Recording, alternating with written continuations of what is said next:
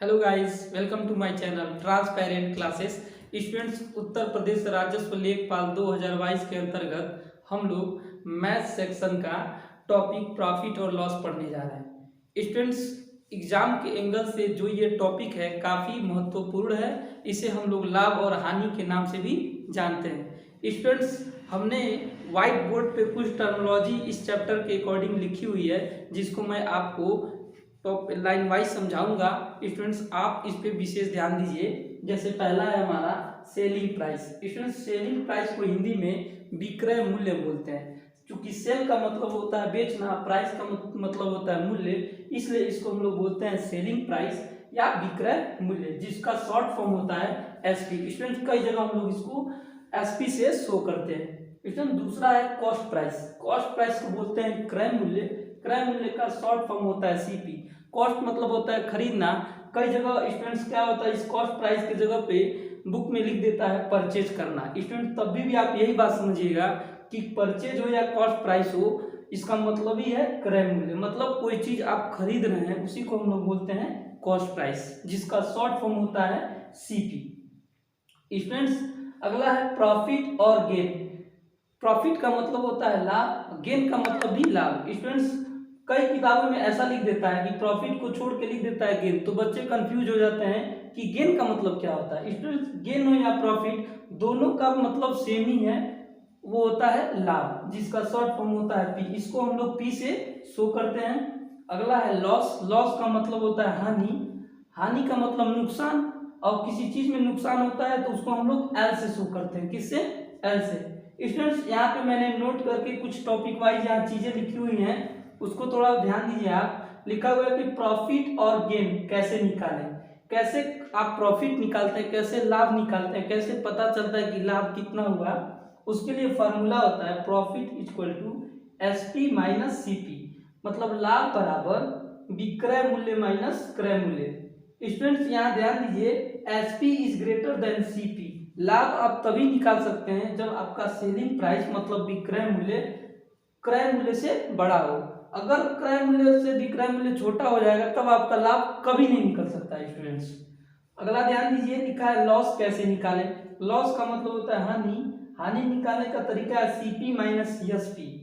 CP is greater than SP. मतलब ये हुआ कि हानि बराबर क्रय मूल्य माइनस विक्रय मूल्य। जहां ये शर्त है, कंडीशन ये है कि आपका जो क्रय मूल्य वो विक्रय मूल्य से क्या होना चाहिए, बड़ा होना चाहिए, तभी आप लॉस निकाल सकते हैं।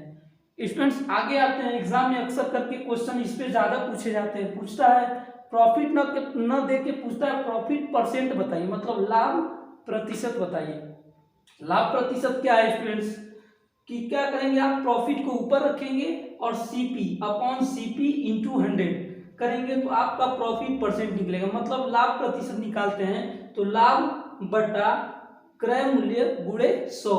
अगर आप इस फार्मूले को अपनाएंगे तो आपको प्रॉफिट परसेंट मिल जाएगा। अगला आते हैं लॉस परसेंट। लॉस परसेंट का मतलब होता है हानि प्रतिशत। हानि प्रतिशत का इक्वल टू होता है क्या, एल अपॉन सीपी गुणे 100। मतलब हानि प्रतिशत बराबर होता है कि आपका लॉस हानि अपॉन क्रय मूल्य गुणे 100।